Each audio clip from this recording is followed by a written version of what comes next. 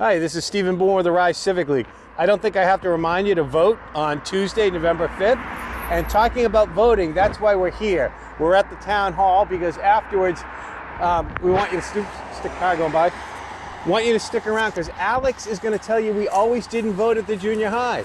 We used to vote here for many years, and he's going to give you some of the history of how voting has evolved in Rye over the years. So stick around. Some of the top things, Rye Recreation, Dennis O'Keery was only 30 hours part-time. The parents, when they found out that he was working so much overtime, they were almost literally embarrassed that he wasn't a full-time employee. They came to one of the select board meetings. They had almost 200 people signed a petition. The select board did indicate they are moving in the direction of making him a full-time person. You have two surveys to work on. The first is the library by November 15th. They're in their strategic planning process where they're going out and asking the community your inputs. You have to the 15th to do that. There's also a survey from the Rye Civic League about what topics you want us to talk about. So two surveys to do. The DPW, New Hampshire DOT, we're not over on town central, the center part of town that starts right over there. But the DOT and DPW presented an update for the TAP grant. Where are they? What happens next? What are they looking at? The presentation there and the link to the video is on there. PFOAs, unfortunately, not going away. The EPA just released a report telling the people in Rye, Berry's Brook the water is contaminated with PFOAs from Coakley landfill. There's a link to that report, and also there's a growing body of research. We linked to one of those about landfills, they call it burping, outgassing PFOA. So, on Route 1, we've got Coakley, the Breakfast Hill landfill. We have the Rye dump. That's not the transfer station. That's our dump that's leaking the PFOAs in our water. So that's something to be concerned about. We also, but I think, we announced it last time, Brian Getz from Portsmouth DPW is now the Rye Water District administrator. He's got all that experience. He's the one that put in the Haven well over at Pease and leading our project to start to get our water clean. Speaking of money, the storms from last January, FEMA has reimbursed the town over $224,000 for some of the work and the costs we incurred from that. I should have gone back to Parsons Creek, the technical advisory committee. So we have the Parsons Creek watershed with E. coli getting the beaches. We're finally updating the watershed management plan, and the regional experts to look at what FB Environmental is doing met this week. For the school, if you haven't noticed, we've got the SAU has got a great facilities director and a technical director now. Every quarter they're updating the report. So the new facility update reports are there, the technology. If you're not reading the school section, the Riptides is a report from what the principals are doing, how they've changed the school board, posting the things ahead of time.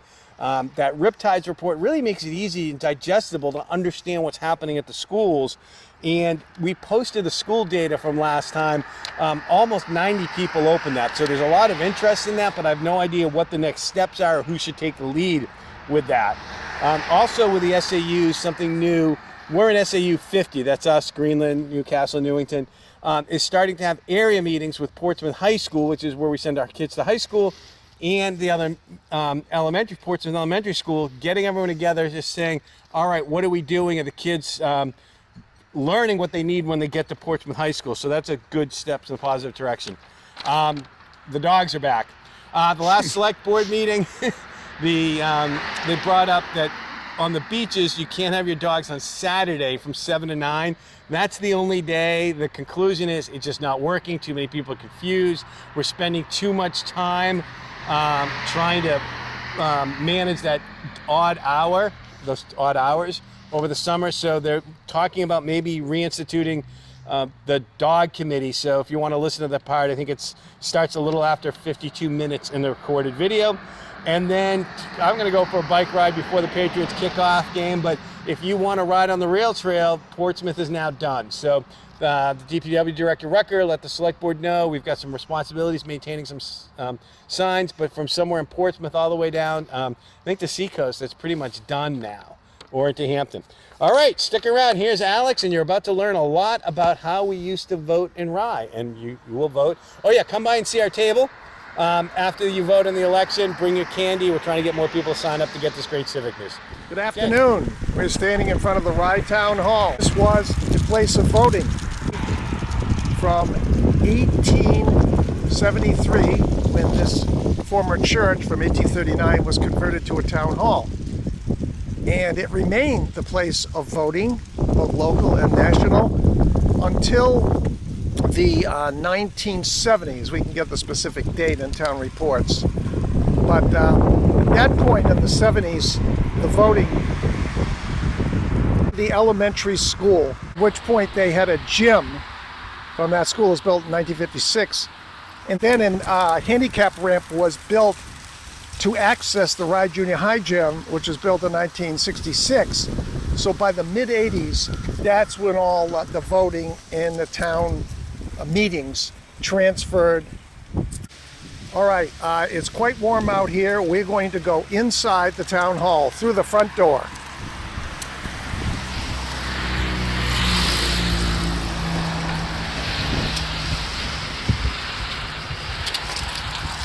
Now we are standing here in the lobby, the original front door of the town hall.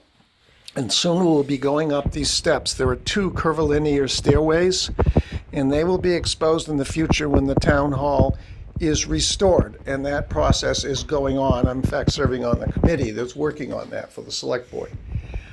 So now we've established where voting was held, and let's back up a little bit. And why don't we actually go up the stairs, because it'll be a lot more interesting to look at the historical area. The details of what was built and when in this building was contained in an inventory that was done of the town hall back in 2012, and various other histories that have been written. So we're standing now on the second floor, and you can see the stairway here, and when these petitions are gone, its sister stairway will be on the other side. So when you come in the front door of Town Hall in the future for events, you can go up either stairway and you'll meet at the top. Now, as you know, Rye did not become an official parish until 1726. So before that, any voting that Rye people did was in connection with Portsmouth and Newcastle, which controlled the northern part of what is now Rye, and Hampton, the southern part. Woo, it's getting warm. Little did I know that I would be wearing a straw hat on the first day of the Celtic New Year, November 1st. But such as it is, I'm looking forward to tomorrow when it's cooler.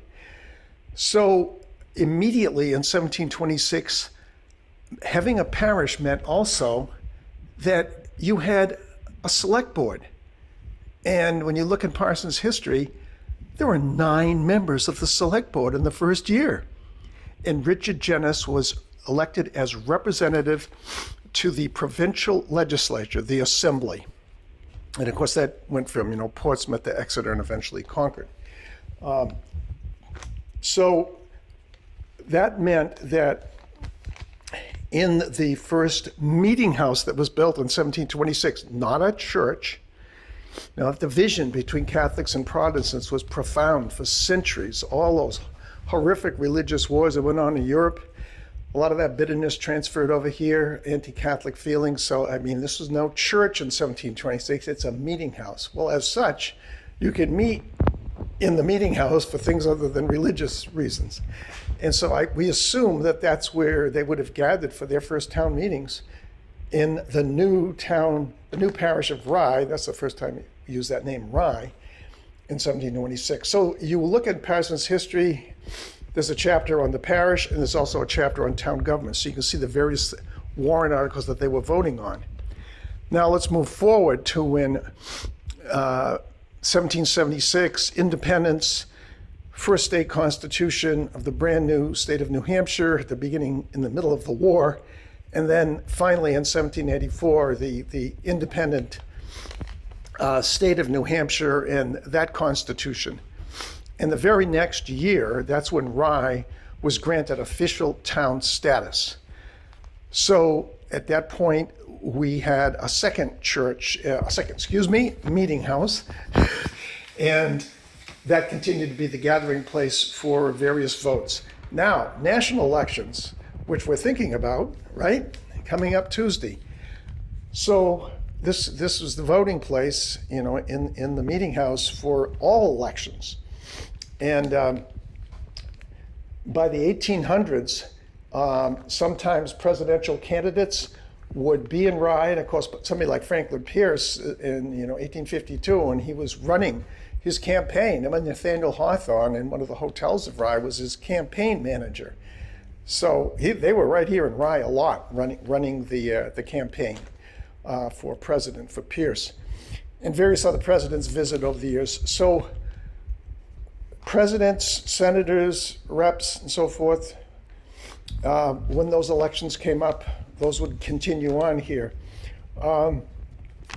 Now, we're going to go forward into the back of the town hall, and we're going to go out to the stage. Now, as you know, since 1986, this area, especially by early in this century, is all converted to temporary office space. But as I say, it's temporary, and that will eventually go away, and this will be opened up again as it used to be.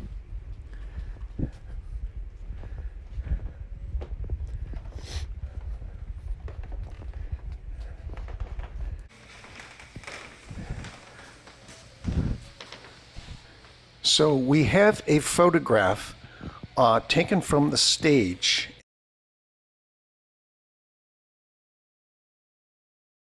in 1980 for a political event, which shows this large hall, this auditorium, being used. And so you can see the great expanse, when there's nothing up here but just the floor and people gathering for different events. And of course there was theater and all sorts of other things going on here, and chairs were set up. A couple of things on stage are interesting. If you look here, these both came from the museum. This is an alphabetical list from the year before, I believe. It's the voting list, A through Z. So these kinds of documents are fascinating because you can see who lived in Rye and who was voting in that year. And of course, are you going to see any women's names on there? No. Now, there were some states that did grant women the right to vote, especially out in Wyoming, places like that, in the late 1800s, but pretty much the local and national vote for women, of course, came in 1920. And of course, for men, up until Jackson in the 1830s, you had to be 21 and own property in order to vote. But then after the 1830s, any male over 21 could vote. So our last item here, which I think is a great thing to look at, the state of New Hampshire in Concord, a ballot box from 1904 to the town clerk of Rye, New Hampshire. So this is what the ballots would be put in, and then they would be sent to be counted. So just like today, what is it? 97, 98% of all your votes on Tuesday. That's the great thing about the safeness of our elections. Paper ballots. It's not online. That saves us. Well, thank you very much, and see you at the polls on Tuesday.